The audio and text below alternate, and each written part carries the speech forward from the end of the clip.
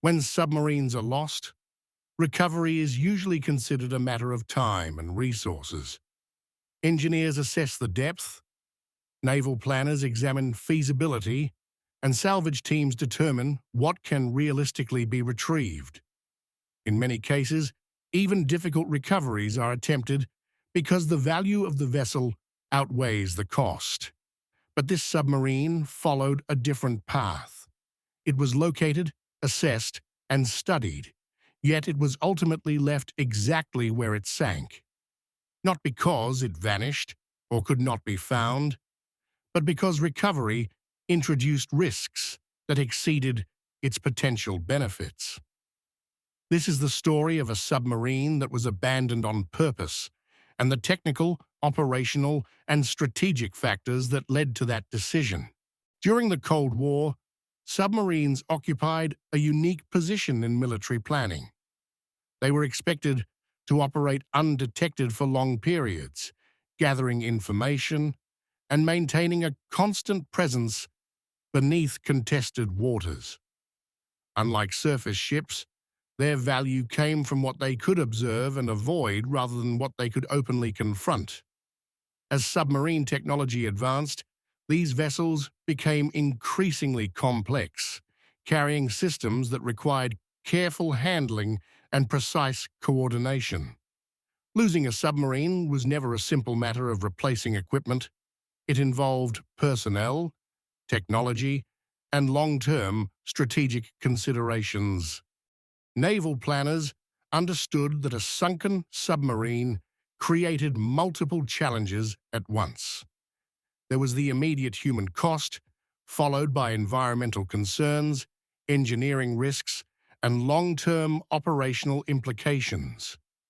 Recovery efforts had to balance these factors against feasibility, depth, water conditions, structural damage, and system integrity, all influenced whether salvage was possible. In some cases, recovery attempts themselves introduced new dangers that could exceed those of leaving the wreck undisturbed. The submarine at the center of this story was designed for extended submerged operations. Its hull, propulsion systems, and internal layout reflected a focus on endurance and stealth rather than accessibility or ease of repair. Systems were densely integrated, meaning damage to one area could affect others. While this design improved performance during missions, it also complicated recovery scenarios. Once compromised, the submarine was not easily stabilized or dismantled without significant intervention. Internally, the submarine relied on layered systems that worked together to maintain depth, balance, and propulsion. These systems were effective when powered and controlled, but unpredictable once disabled. Engineers recognized that disturbing a damaged submarine on the seabed could trigger secondary failures, including structural collapse or hazardous releases. This made any recovery operation inherently complex, requiring detailed modeling and risk assessment before action could even be considered. Another factor was the environment in which the submarine rested. Seabed conditions varied across the area, with uneven terrain and sediment that could shift under pressure. Over time, the wreck began to settle, becoming partially embedded. This natural stabilization reduced movement, but also increased the difficulty of lifting or repositioning the vessel. Any attempt to raise it would require disturbing this equilibrium, introducing unknown variables into an already challenging situation. The events leading to the submarine's loss unfolded gradually rather than catastrophically. A combination of system malfunctions reduced the crew's ability to control key functions. As redundancy was lost, options narrowed. Without power or propulsion, the submarine descended until it reached the seabed. Unlike explosive losses, this type of sinking left the hull largely intact, but placed it in an environment where recovery would be difficult and risky. Post-incident analysis indicated that while the hull survived initial contact with the seabed, internal damage was extensive. Compartments were compromised, and some systems were no longer structurally secure. Engineers noted that these conditions increased the likelihood of further collapse if external forces were applied. This raised concerns that salvage operations could worsen the situation rather than improve it.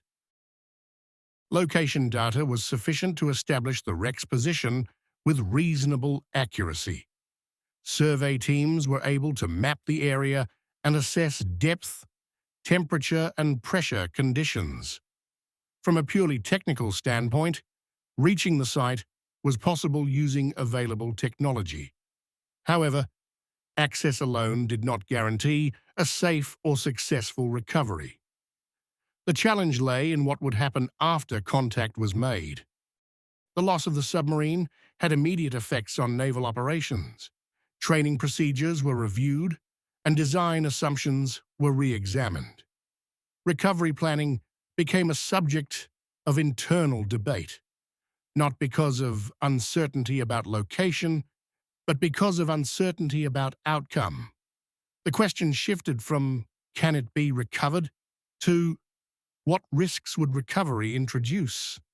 Environmental considerations played a significant role in this evaluation. Submarines contain materials that can pose long-term hazards if disturbed. Leaving the wreck undisturbed reduced the likelihood of environmental impact, while salvage introduced the possibility of leaks or contamination during lifting and transport. Engineers and environmental specialists contributed assessments that weighed these risks carefully. Operational planners also considered the impact on personnel. Salvage operations at depth are inherently dangerous, requiring extended exposure to high-risk conditions. Even with advanced equipment, the margin for error is limited. In this case, planners concluded that the potential danger to recovery teams was disproportionate to the benefits of retrieval. After extensive evaluation, recovery was classified as technically possible but operationally undesirable. The submarine's condition, combined with environmental and personnel risks, led to a decision to leave it in place. This approach minimized disturbance and reduced the likelihood of secondary incidents. Rather than framing the wreck as a loss to be corrected, it was treated as a stable site to be monitored. This decision was reinforced over time as conditions at the site remained stable. Advances in recovery technology did not significantly alter the risk profile, and periodic reassessments reached similar conclusions. Leaving the submarine undisturbed continued to represent the lowest risk option among available choices.